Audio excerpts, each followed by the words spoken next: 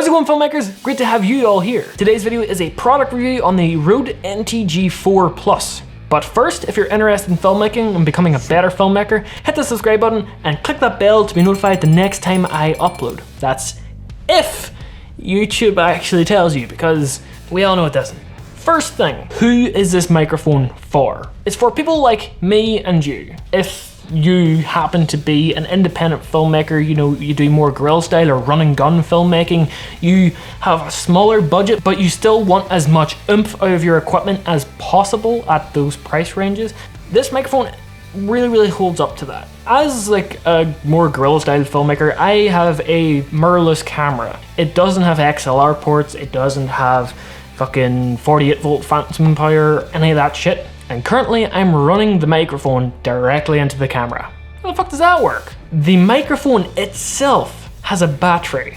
And this is, I didn't know this existed until I actually started looking into microphones. And it turns out this microphone has like an internal 48 volt phantom power, which to a lot of people will be like, huh? But basically microphones need power.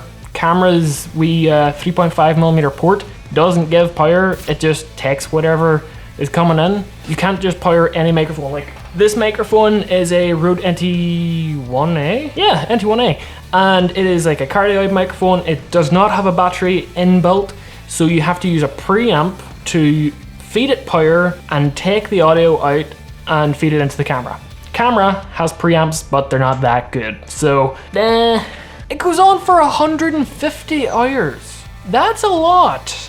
And because it has this inbuilt battery, I can actually run it directly into the camera using a simple XLR to 3.5mm cable, which can be found on Amazon pretty cheap as far as cables go. A link to everything that I bought for this mic will be in the description if you're interested. So what kind of jobs is this useful for? This is useful for those times that you're out in a field somewhere, and maybe you're a field recorder, no pun intended, but maybe you're a field recorder and you're going out and you don't want to lug about all these fucking preamps and interfaces, and you don't want to be, you know, carting about a bunch of shit. You want your Zoom H4n or H8n, and you want a mic on a shotgun or a trigger mount. You've got it. It's great, and an affordable price too. I can't believe it. I'm just really happy with the microphone. I'm trying to look at this as objectively as possible.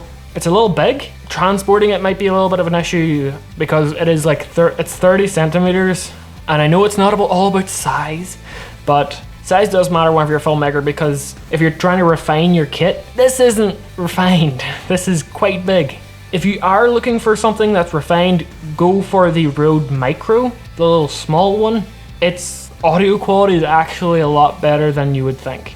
So what sort of features does this actual mic have? Well, there's 3 buttons on the side of it, a 10 dB pad, a high pass filter, and also a high boost filter as well. So those 3 things. So first is the 10 dB pad. So whenever you're recording audio, especially loud audio, you can clip. Hello everybody, this is me talking to you and clipping the microphone on purpose. That is clipping, and that is annoying. Having a 10 dB pad takes all your audio levels down, makes it much quieter, but it means that you can record more explosive things like cars turning on, revving, all that stuff. It means you can get crisper audio, you know, without sacrificing it to clipping. Next up, the high pass filter. That's very useful whenever you have things like me, like maybe you have a fan on the background, or in my case a computer. If you have like a low rumbling noise or wind, stick on that filter and it'll cut all the low frequencies out, you know, to a certain degree. This is a product review. I probably should know what that low pass limit is. 75 Hertz. Not too shabby. It'll cut everything, and it will also round it off. Everything that's below 75 Hertz. So everything above, like people's voices, they're all heard. Now the high frequency boost, from what I've gathered, that's for whenever you're using a foam or a woolly or a fluffy, what are they? I don't know what, let's call it a woolly, that you put over the microphone. Because that there's obstructing a little more of the frequencies coming from your mouth or from whatever noise you're recording. If you put on the high frequency boost, then that will capture a little more and sort of accommodate for the, you know, having shit in the way. So would I actually recommend this microphone? I wouldn't recommend it if you were doing higher budget films, you know, stuff in controlled environments where, you know, you have access to power, you don't need the filters and stuff that you have on this one. This one's very much a run and gun, robust workhorse for independent guerrilla style filmmaking, and I think it does that perfectly. I think it does really well. So if you're into like freelancing and all, this mic is pretty good. So thank you all so much for watching. If you did like it and enjoyed or found it helpful in any way, please do hit the subscribe button and click the notification bell in order to be notified the next time I upload. Go create.